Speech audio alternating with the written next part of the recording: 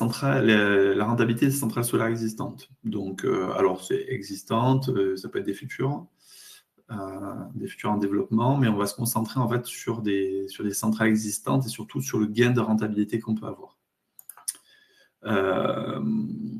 Donc la présentation, elle va se structurer en quelques parties. Reprendre un peu le contexte de c'est quoi l'autoconsommation collective, qu'est-ce qu'on peut faire, des exemples chiffrés, un petit exemple de mise en œuvre, parce que souvent on a la réflexion comme quoi c'est complexe, on va vous montrer un peu comment ça se passe la création. Et après, 2 mots sur boîte et des questions-réponses. Donc déjà, premier point dans ce contexte, c'est que vous avez une centrale existante. Oui, c'est possible, c'est légal, il n'y a pas de problème pour passer d'un contrat de vente de surplus ou d'un contrat de vente de la totalité à EDF-OA ou à un autre agrégateur vers de l'autoconsommation collective. Donc pourquoi on fait ça? En général, c'est simple, c'est que la partie autoconsommée de l'énergie a le plus souvent une meilleure rentabilité que l'obligation d'achat, même celle en cours. Alors, ce n'est pas vrai sur les vieux contrats, hein, quand vous vendez à 20 ou 30 centimes du kilowattheure, ce n'est pas vrai. Mais c'est quand même vrai depuis plusieurs années parce que les tarifs sont vraiment faibles. Donc, le premier point, c'est rentable, donc c'est plus rentable qu'une vente classique. 2, on a le droit et il n'y a pas de modification structurelle. Depuis le S21, tous les contrats de vente à EDF-OA, qui soient en vente totale ou en vente de surplus, sont éligibles à ce mode d'autoconsommation. Voilà, ça c'est vous devez avoir ça en tête, c'est important. Beaucoup de personnes pensent encore que ce n'est pas possible. Le troisième point clé, c'est que c'est beaucoup plus simple que ce que vous pensez. Donc, on vous montrera un petit peu à la fin, voilà, c'est quoi le parcours, on va dire, client, hein, que ce soit le producteur ou le consommateur, qu'est-ce qu'il a besoin de faire pour pouvoir intégrer des compteurs. Et le dernier point qui est aussi moins connu, c'est que c'est évolutif. Qu'est-ce que ça veut dire évolutif? Ça veut dire qu'imaginez, vous faites une opération d'autoconsommation où vous ajoutez 3 compteurs en autoconsommation. Si demain vous voulez ajouter un 4e, c'est tout à fait possible et ça sera beaucoup plus rapide. La mise en œuvre initiale d'une opération, c'est quelques mois, alors que l'ajout d'un nouveau compteur, c'est plutôt quelques semaines. Donc ça, c'est les éléments de contexte qu'il faut avoir en tête. Et forcément, avec une vente de surplus à 7,61 ou à 8,8, ça devient très intéressant de le faire. Donc, qu'est-ce qu'on peut faire de base en autoconsommation? On a le premier cas qu'on connaît, on a un schéma comme on a ici, hein, qui est en autoconsommation individuelle. C'est-à-dire qu'on a une installation solaire qui est raccordée sur le compteur du bâtiment, voilà, classique, hein, avec un compteur communicant qui compte dans les deux sens, à la fois le soutirage, mais également l'injection. Et donc, cette électricité-là est vendue à EDF-OA. Ce qu'on va faire sur une opération de ce type-là, c'est qu'on va déclarer, par exemple, d'autres consommateurs, voilà, dans cette opération-là. Par exemple, vous avez un 2e bâtiment, un 3e, un 4e, enfin X bâtiments. Et qu'est-ce qu'on va faire? Le surplus de ce bâtiment 1, on va venir l'affecter au bâtiment 2, au bâtiment 3, X, au X bâtiment. Et donc, ce qui va se passer, c'est que désormais, ce qu'on va vendre à EDF-OA, ce n'est pas l'intégralité du surplus qui sort ici, mais c'est bien le surplus, ce qu'on appelle le surplus ultime. Ça sera ce surplus-là, déduit des consommations des bâtiments X qu'on a connectés, et on ne vendra que ça à EDF-OA. Vous comprenez que là, c'est quoi le principe? Le principe, c'est de minimiser ce volume-là, qui est en général mal rentabilisé. Donc ça, c'est un premier exemple d'autoconsommation donc collective, où on a une première autoconsommation individuelle et une autoconsommation collective sur d'autres compteurs. Un deuxième exemple qui, pareil, il est souvent, les gens ont tendance à le passer comme faisable, alors qu'en fait, c'est la même chose. Vous avez un contrat de ce type-là. Donc ça, c'est ce qu'on appelle un contrat en injection de la totalité. Et le contrat de base, c'est vous avez une injection de la totalité et vous vendez la totalité à EDF-OA. Ces contrats-là, de la même façon qu'un contrat en vente de surplus, vous allez pouvoir positionner une autoconsommation collective. Donc, pareil, vous allez déclarer des compteurs. Un compteur, 2 compteurs, X compteurs, hein, le nombre que vous en voulez. Et on va faire la même chose. on va d'abord affecter à ces compteurs-là, et du coup, ce qu'on va vendre à EDF-OA, c'est que le volume résiduel. Donc là, voilà, se rappeler de ces deux éléments-là. On peut faire de l'autoconsommation collective sur des centrales existantes, que ce soit des centrales qui sont aujourd'hui en vente de surplus ou en vente totale. Dans les deux cas, on peut ajouter des compteurs de consommation pour augmenter l'autoconsommation et donc augmenter la rentabilité. Donc, ce qu'on va faire, c'est qu'on va vous montrer quelques exemples chiffrés. Donc, sur ces exemples chiffrés, l'idée, c'est qu'on n'a pas estimé les coûts d'installation d'une centrale, puisque c'est les mêmes.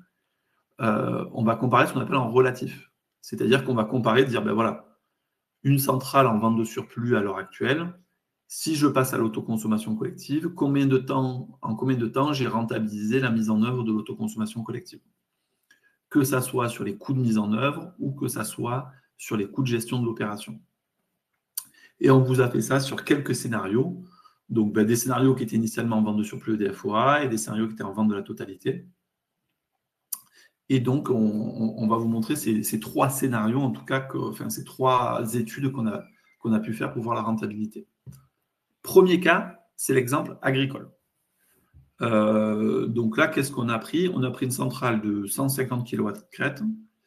Donc là, au niveau, c'est une centrale qui est à proximité de Grenoble sur un hangar agricole. Et initialement, c'était une vente totale. Donc, c'était une vente totale, voilà, tout à fait classique. Et ce qu'on fait, c'est qu'on a ajouté deux compteurs à cette personne. Un compteur, en fait, c'est sa maison, qui n'était pas bien loin. Et le deuxième compteur, c'est son exploitation. Dans ces deux cas, cette personne, aujourd'hui, elle n'avait pas fait d'autoconsommation parce que la puissance qu'il avait mis en œuvre et le compteur qu'il avait mis en place pour son système solaire nécessitait de mettre en place un raccordement spécifique avec un compteur spécifique. C'est-à-dire que son exploitation et sa maison, c'était deux petits compteurs de moins de 36. Donc, il n'y avait pas vraiment de faisabilité d'autoconsommation de base. Alors que la personne était intéressée à la base pour l'autoconsommation. Et là, sur les calculs qu'on vous a fait, le prix de l'énergie, on a pris le tarif réglementé de vente. Donc, c'est le prix tarif EDF en vigueur. Hein.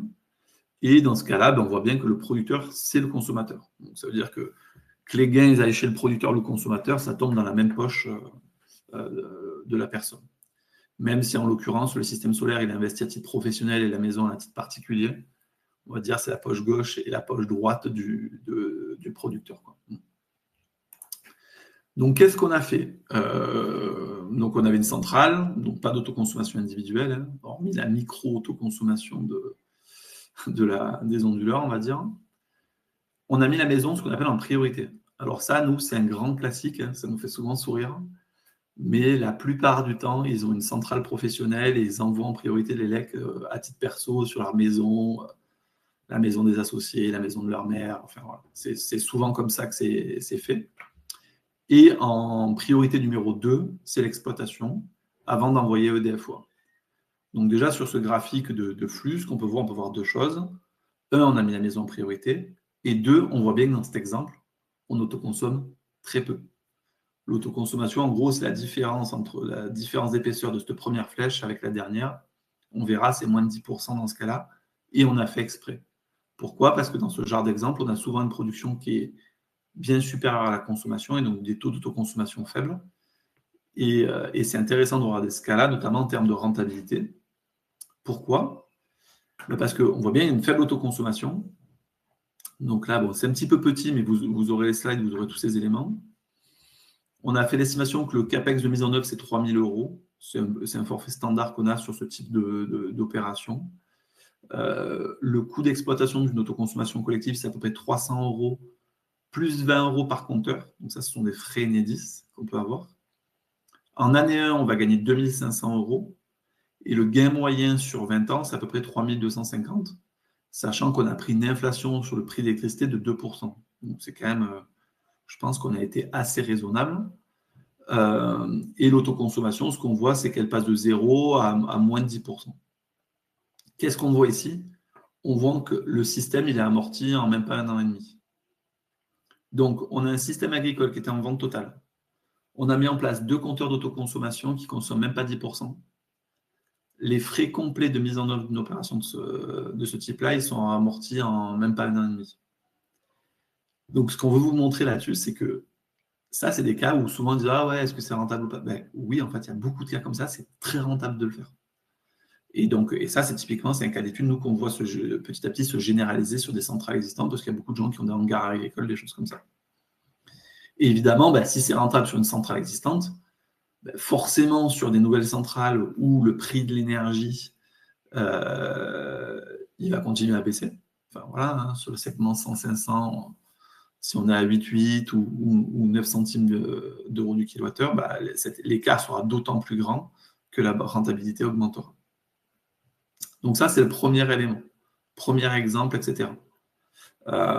Et donc nous, ce qu'on voit souvent sur ces exemples-là, c'est que souvent, ils commencent comme ça, et après, ils vont chercher à ajouter des consommateurs. Parce que forcément, si c'est rentable avec même moins de 10% d'autoconsommation, vous avez bien compris que si vous arrivez à vendre localement 40-50%, vous allez exploser la rentabilité. Donc ça, premier exemple. Donc très classique chez nous, hein, de ce qu'on observe dans les offres qu'on peut faire. On parle de 150 kW, mais c'est parfois plus, parfois moins. Enfin, voilà. Deuxième exemple que l'on a, c'est une collectivité. Donc voilà, une mairie. Hein. Ça, pareil, c'est un grand classique. Là, on a mis un 100 kW du côté de Calais, donc vraiment au nord de la France. Initialement, c'était une vente de surplus. D'ailleurs, initialement, c'était que juste le solaire, le bâtiment ici. Et la mairie avait une dizaine de compteurs qu'elle pouvait ajouter. Ça, c'est un grand classique. La mairie va ajouter plusieurs compteurs qui leur appartiennent. Il faut savoir qu'une commune de 10 000 habitants, on va dire, c'est 1 gigawattheure de consommation. Donc, c'est vraiment beaucoup. C'est 1 gigawattheure de consommation pour les usages de la mairie en ordre de grandeur. Donc, on voit bien qu'une mairie, dès qu'on passe en autoconsommation collective, c'est super intéressant parce que ça va l'inciter à ajouter du solaire. Elle sera vraiment motivée à ajouter du solaire, que ce soit en investissement propre ou en tiers investissement. Donc ça, on le voit bien. On ajoute 10 compteurs. Pareil dans les hypothèses, prix d'énergie, tarif réglementé de vente. Le producteur et le consommateur, c'est la même personne. Hein. C'est tous des bâtiments qui appartiennent à la mairie. Hein. Même si on aurait pu imaginer ajouter d'autres compteurs comme les boulangers ou autres. Dans cet exemple-là, on a fait juste la mairie. Le schéma de répartition, là, il est ce qu'on appelle égalitaire. Hein. C'est-à-dire qu'on avait une école qui avait déjà une autoconsommation qui était de 10, 15, quelque chose comme ça, qui n'était pas énorme, parce que, le 100 kW pour une petite école, c'est déjà pas mal. Et en plus, l'école a une particularité, hein, c'est qu'il y a il y a des vacances scolaires, etc., ou des périodes où il peut y avoir pas mal de production et où il y a peu de consommation. Et là, ce qu'on a fait, c'est qu'on a ajouté une dizaine de compteurs, soit la salle des fêtes, la mairie, les pompiers, plus plein de petits autres compteurs qui traînent. Il faut voir le nombre de compteurs qui existent sur les mairies, hein, que ce soit le pompage, le gymnase, la fontaine. Il y a vraiment plein de compteurs qu'on peut additionner et qui font que la quantité envoyée à EDF-OA, elle est souvent très fortement réduite. Nous, on a beaucoup de cas où on dépasse 75% d'autoconsommation, c'est vraiment classique. Et là, ce qu'on fait, c'est qu'on fait une répartition de ce qu'on appelle égalitaire. Forcément, on maximise l'autoconsommation, mais on alimente en parallèle tous les compteurs de la mairie. On n'en met pas un prioritaire par rapport aux autres. Même si c'est possible, si certains contrats sont plus élevés en prix, ce qu'on va faire, c'est que si certains compteurs sont plus élevés, on va par exemple alimenter d'abord mairie, pompiers, salle des fêtes, et après les autres compteurs. Ça, c'est tout à fait possible. On ne l'a pas mis dans cet exemple, mais c'est standard dans nos règles d'implémentation des règles de gestion. Donc, sur cet exemple, pareil, vous avez mis un peu quelques chiffres. Alors, il y a des trucs, ce n'est pas énorme. CAPEX, OPEX, on vous a mis les mêmes choses. Là, en gain année 1, on est sur 5 580 €. On a sur 20 ans, avec l'inflation 2%, 7 340. On augmente significativement l'autoconsommation. Et de la même manière, on a une rentabilité très rapide. Alors, elle est même un petit peu plus rapide que ça, là, sur le graphique que ce qu'on a mis là. C'était une version un petit peu dégradée. Mais pareil, on est sur le même ordre de grandeur. En fait, on est sur l'année. On est sur l'année pour rentabiliser le système. Donc, ça va très vite. Et c'est ça qu'on veut que vous reteniez. Sur ces schémas-là où on arrive à des niveaux d'autoconsommation très élevés, le modèle d'autoconsommation collective sur les collectivités ce n'est pas encore un standard. Ce n'est pas possible que ça ne soit pas la solution de base dans 95% des cas d'ici 2 ans. Ça devrait être le cas. Hein. Ça va être vraiment ultra générique. Il n'y a aucune raison pour que ça ne le soit pas, en tout cas. Troisième exemple qu'on vous a fait, c'est l'exemple d'une copropriété. Alors, donc un peu comme la mairie, mais une différence, on va dire. C'est quoi la différence? Là, on a fait un 60 kW sur une copro qu'on injecte sur les communs. Ça, c'est souvent le cas. Donc, sur les communs, alors c'est souvent intéressant les communs quand il y a déjà une consommation un peu importante. Hein. Quand il y a, par exemple, chauffage, ventilation, clim sur les communs, c'est intéressant. Il y a déjà beaucoup en autoconsommation ici. Mais souvent, ce qui est vu, c'est que les occupants, ils n'en profitent pas vraiment de ce système-là. Et nous, ce qu'on voulait vous montrer ici, c'est que dans les copropriétés, il y a un schéma qui permet d'accepter très facilement les systèmes solaires, hein, qui améliore on va dire, le taux d'acceptation des systèmes solaires. C'est en disant aux occupants, je vais vous vendre les LEC à tarif préférentiel. Donc nous, là, dans cet exemple-là, ce qu'on vous a montré, c'est 10 centimes. On va dire aux occupants, bon, ok, on vous envoie l'électricité, ça va coûter 10 centimes du kilowattheure. On parle de l'énergie en TRV et le producteur, du coup, c'est pas le consommateur. Donc ça, c'est un point important. Du coup, on va partager les gains. Donc ça veut dire que la rentabilité dans ce cas-là pour le consommateur, parce qu'il vend qu'à 10 centimes, ça ne va pas exploser la rentabilité côté producteur. Par contre, ça va fortement améliorer l'acceptation de ces dossiers-là en copropriété. Et donc, pour vous montrer les éléments financiers, on va vous montrer les éléments financiers de deux côtés. On va vous montrer les éléments financiers côté producteur et après côté consommateur. Donc là, pareil, le diagramme de répartition des flux, vous voyez bien, autoconsommation sur les communs, on envoie vers les différents occupants et après EDF-OA. Donc toujours un peu le même schéma. Et là, on voit la rentabilité. Coût de mise en œuvre similaire, gain néant pour le producteur. Donc on voit là, le producteur, il vend qu'à 10 centimes au lieu de 7,61 ou à peu près. Donc vous voyez le gain par rapport au volume qu'il va vendre et le gain qu'il a, il n'est pas énorme. 720. 1100 € en valeur moyenne de gain sur 20 ans. On augmente l'autoconsommation forcément de l'énergie produite. Et on voit que c'est rentable à peu près en 6 ans. Donc là, dans ce cas-là, déjà pour le producteur, c'est rentable. Donc ça, c'est le premier élément. Hein. Et une rentabilité en 6 ans, c'est quand même, on parle quand même de TRI entre 15 et 20%. Hein. Donc c'est déjà une très bonne rentabilité. Mais en plus de ça, ce qui est intéressant, c'est que, il va avoir une acceptabilité facile. Parce que pour chaque occupant, et là, on a pris un exemple où les occupants, vous voyez, c'est une consommation de 6000 kWh par an, donc c'est des petits apparts, des choses comme ça, sur une base de TRF. On voit que ça va alimenter 40% de leur énergie au niveau de l'autonomie, et que le gain par occupant, il est d'environ 130 € en année 1, mais c'est surtout que ça va être fixe sur 20 ans. Le tarif étant fixe sur 20 ans, forcément, les gains pour lui vont augmenter. Et là, on vous a mis un petit exemple à côté en lien avec tout ça. On vous a montré en fait le prix de vente et les gains producteurs. Donc, on voit bien que nous, ce qu'on a fait, fixé à 100 € donc du mégawattheure, donc 10 centimes du kilowattheure, ça revient, c'est plutôt avantageux pour le consommateur plutôt que pour le producteur. Mais dans ce cas-là des copropriétés, nous, ce qu'on observe, c'est que c'est des dossiers qui ont du mal à se faire et que ce modèle d'autoconsommation collective, il est rentable pour tout le monde et il favorise grandement l'acceptation. Donc ça, c'est un dernier élément, sachant qu'on pourrait même imaginer un modèle où le syndic investit et l'électricité est donnée à titre gratuit aux occupants parce qu'ils ont contribué à l'investissement à travers le syndic. Et donc ça, c'est un autre point important. Bon, on pourra y revenir à un autre moment. Donc voilà ces 3 exemples qu'on vous montre.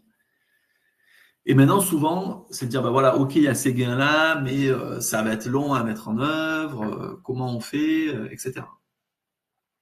Donc ça, pareil, nous, le retour d'expérience qu'on peut avoir, que ce soit des producteurs, des consommateurs, c'est que c'est beaucoup moins complexe que ce qu'ils pensent. Vraiment beaucoup moins complexe et beaucoup plus rapide que ce qu'ils pensent. Pourquoi? Parce que dans notre offre de service, toute la complexité et le temps, c'est nous aujourd'hui qui allons le gérer de manière complète. Et donc, ce qu'on vous a proposé, c'est une petite démarche pour vous montrer comment marche une inscription. Vous voyez comment fonctionne une inscription. Donc, on va se mettre là. Donc là, on est sur notre environnement.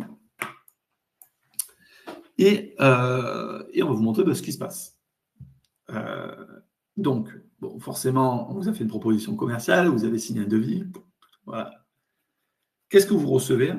Vous recevez un mail qui vous fait vous connecter sur app.boîte.fr.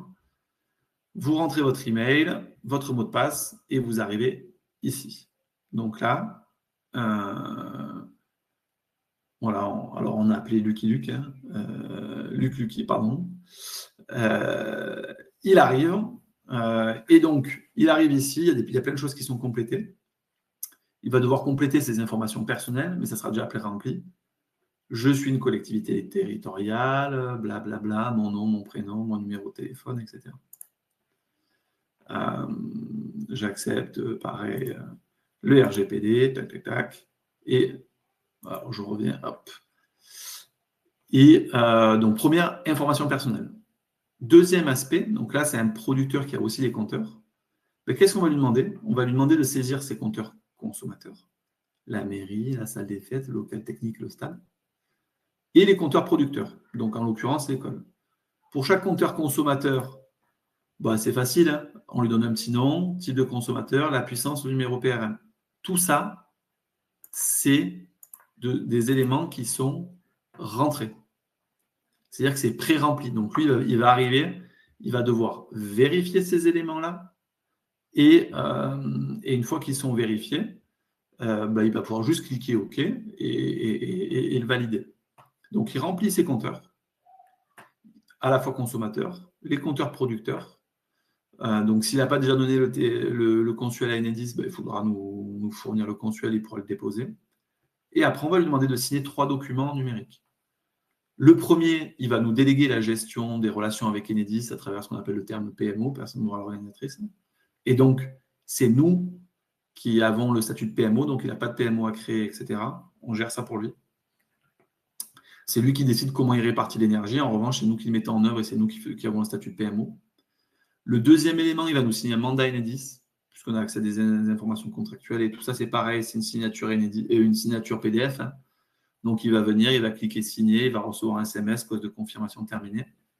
Et le dernier, je vous l'ai mis, mais ça, c'est optionnel. C'est si jamais, dans son opération, il y avait une autre personne qui voulait de l'énergie, donc au-delà, par exemple, de la mairie, il y avait par exemple la boulangerie, il devrait signer un contrat de vente d'électricité. Donc, on a un contrat standard qui est proposé. Il ouvre, il signe. Et de l'autre côté, le participant consommateur fera de même, il va se connecter. Il va renseigner ses informations personnelles, son numéro de compteur consommateur. Il signera la PMO, le mandat et la vente d'électricité. Et c'est terminé. Une fois qu'il a fait ça, la personne n'aura plus qu'à attendre l'avancement de sa communauté et la création. Donc, il a un petit onglet avancement où il va voir que ça y est, tout ça c'est fini, que les contrats sont signés. Il aura la déclaration, il verra quand la déclaration Enedis est partie.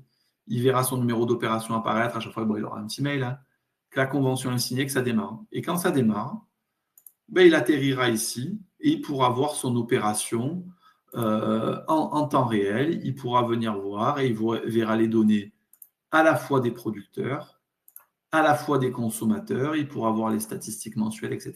Et tout ça, c'est toujours dans le même environnement et ça sera automatique. Il n'aura pas de deuxième espace à créer, etc. Donc, c'est ça qu'on voulait vous montrer. C'était cette notion c'est beaucoup plus simple que ce que vous pensez à créer ce genre d'opération. En tout cas, d'un point de vue client, donc d'un point de vue producteur ou consommateur, nous, le retour d'expérience qu'on a, il est génial. Hein. C'est qu'en fait, on passe souvent du temps à expliquer le concept, etc. En revanche, dans la mise en œuvre et dans le déploiement, c'est extrêmement fluide et ça prend, côté client, ça prend peu de temps. La seule contrainte qu'on a, c'est qu'on a un temps, notamment du gestionnaire de réseau d'Enedis, qui est souvent un peu long, qui est de plusieurs mois. Donc nous, voilà, il y a ça. Donc il y a un petit peu de patience à aller là-dessus. Je pense qu'avec le temps, on sera capable de mettre en œuvre des opérations de manière très vite. Hein. Nous, une opération qui est rapide, c'est 1 mois et demi. Voilà. Si la centrale est construite, évidemment. Hein. Mais c'est le seul point, quoi. Le reste, il n'y a pas vraiment de contraintes. Donc, on atteint la fin de ce webinaire. Donc, nous, vous avez compris, Upwatt, notre métier, c'est de déployer et de suivre des opérations. On aide également en amont hein, sur les projets, on aide également en amont sur les études, notamment pour des producteurs ou des installateurs qui n'auraient pas des capacités en interne de faire ça. Mais c'est un cœur de métier, on va dire, secondaire pour nous. En tout cas, on dispose de tous les outils pour faire ces analyses-là en phase amont. Et donc, n'hésitez pas si vous avez des projets notamment existants ou même en cours de raccordement. C'est aussi possible de modifier pendant le raccordement. Vous pouvez prendre un rendez-vous sur notre site. Hein, vous allez sur upwatt.fr, prendre un rendez-vous. On fixera un créneau et vous aurez plein de créneaux disponibles. Surtout qu'on ne s'arrête pas trop de l'été. Donc, il y aura toujours du monde pendant l'été. Et on vous invite aussi à consulter notre espace ressources. Donc, on a un petit espace ressources où il y a pas mal d'articles un peu pédagogiques sur le sujet qui vous permettront de répondre à, je pense, pas mal de questions que vous pouvez avoir. Et sinon, vous n'hésitez pas à nous contacter. Donc, on a mis 2 contacts. Donc, il y a Laetitia, où vous avez ses coordonnées, et moi-même. Donc, surtout, voilà, n'hésitez pas à nous contacter si vous avez des projets en ce sens. Écoutez, on espère que ça aura répondu à pas mal de questions. Et du moins, s'il y a des questions complémentaires, on va aller voir sur l'onglet questions.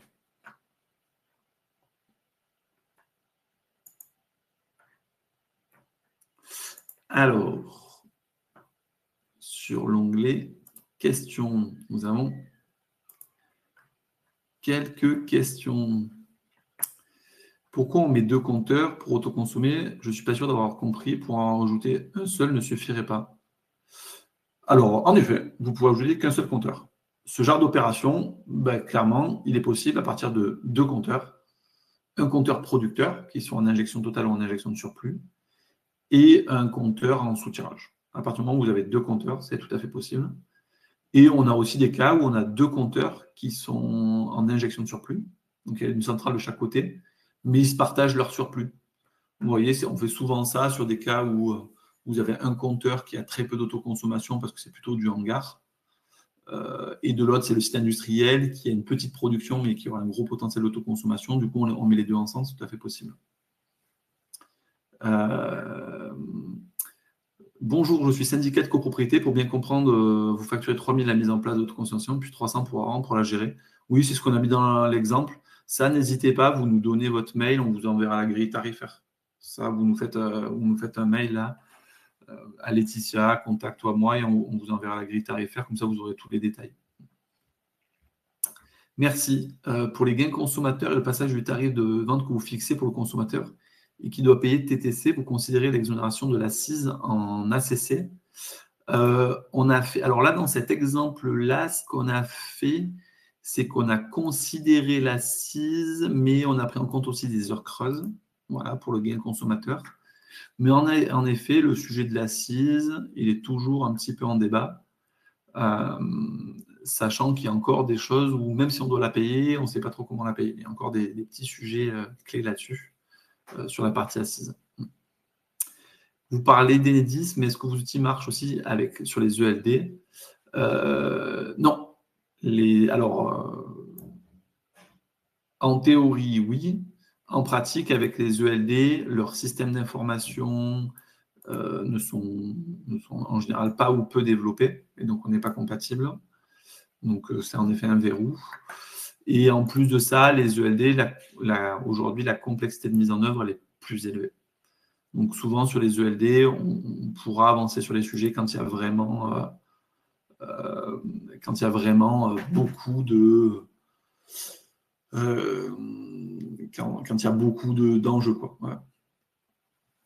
Voilà.